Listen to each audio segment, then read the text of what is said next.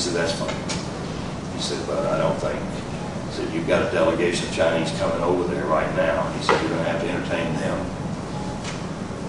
And we'll talk about it when I get over there. In the meantime, I contacted some people I knew that were not nice people within CIA.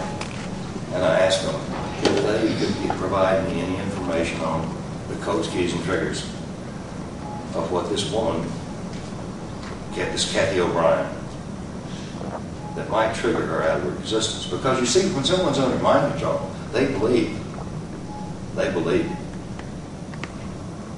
they are in the best possible case scenario. She had no idea, no concept. So she didn't know her name.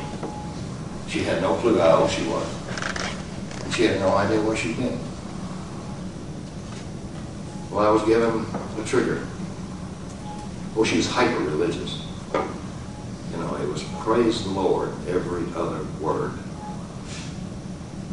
And, you know, and there was no communication. You couldn't talk to her.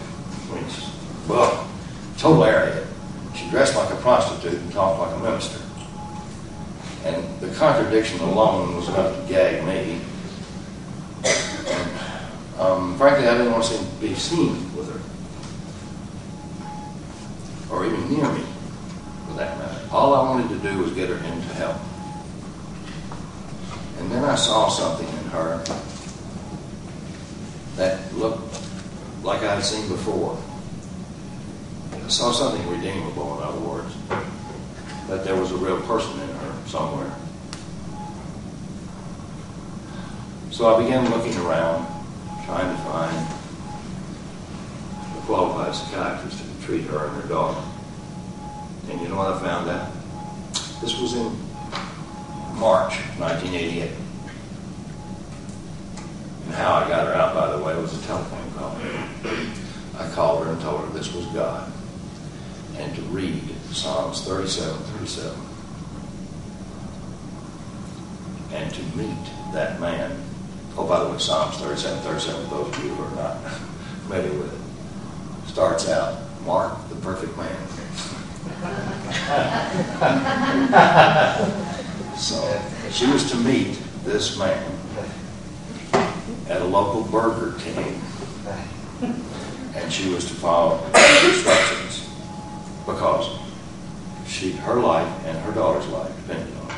That was the code, key, and trigger. She was right there. And at that point in time, I had no earthly idea what I was going to do with him. So I took him to my home. And at that point in time, the sheriff contacted me and said, I understand from someone we know within the FBI that the CIA is going to kill you. The sheriff was a friend of mine. I said, Sheriff, the CIA doesn't tell you that they're going to kill you. I said, I bet you an FBI agent told you that because they're just pawns. I said, no, I'm not worried about it. He said, I'm worried about it. He said, I'm telling you this was very, very severe. He said, you've got to leave. I want you out on counter. He said, this is going to be bad. He said, Mark, he said, whatever you've done, he said, it has something to do with that woman and that child. I said, Sheriff, if I told you about this woman and that child, and why, and he said, I don't want to know. He said, I'm going to tell you right now, I just want you to get out of this county. Well, I sold my home. And I found out there was no psychiatrist, no psychologist that knew anything about rehabilitation for someone that had been abused out of their minds. And I thought this was absolutely unbelievable because there wasn't. There was only studies being done in a few universities, one here in Canada, that studied what they call multiple personality disorder. There's no such thing as multiple personality. You only have one personality.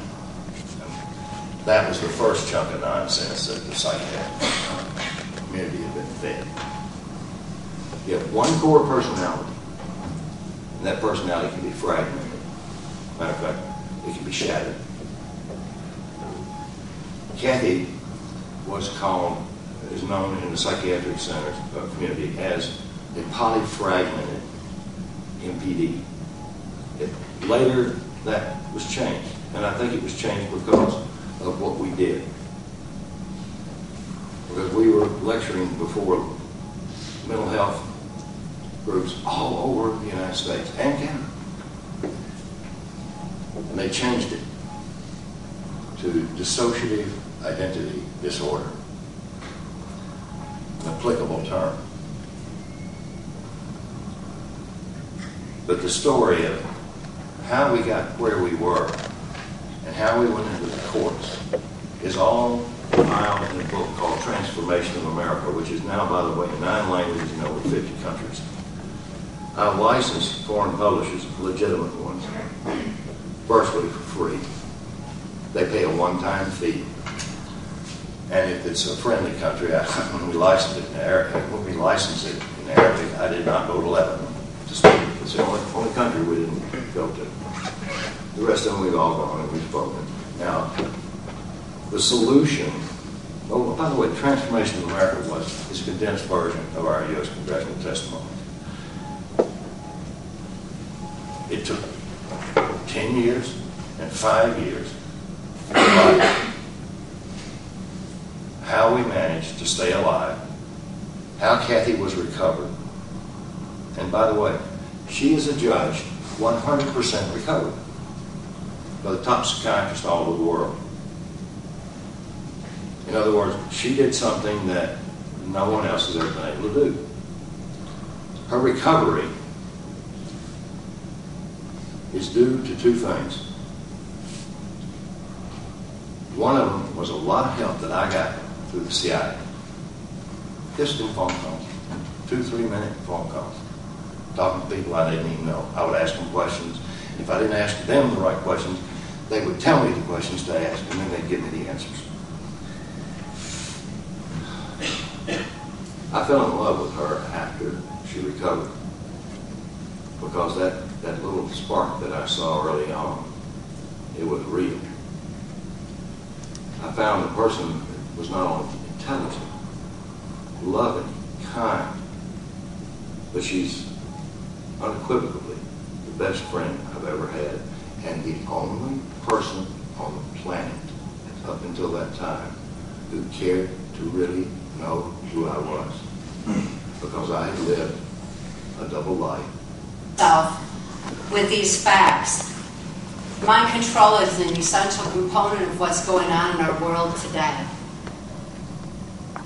Knowledge is our only defense against mind control, whether it's the kind of robotic mind control that I experienced under MKULTRA mind control on a White House Pentagon level, or whether it's cult mind control, which so many people suffer from in various religions or occult religions, where their minds are manipulated, where they no longer think for themselves. Or whether it's the kind of social engineering that is so predominant in our world today due to the high technology and propaganda and information suppression that's going on in our world. Since we all formulate our thoughts, opinions, and actions based on what we know, it's essential that you know that information is being manipulated against us all. Our knowledge base is being altered. And it's stopping people from taking the kind of action that's necessary for actually bringing about solutions to today's problems.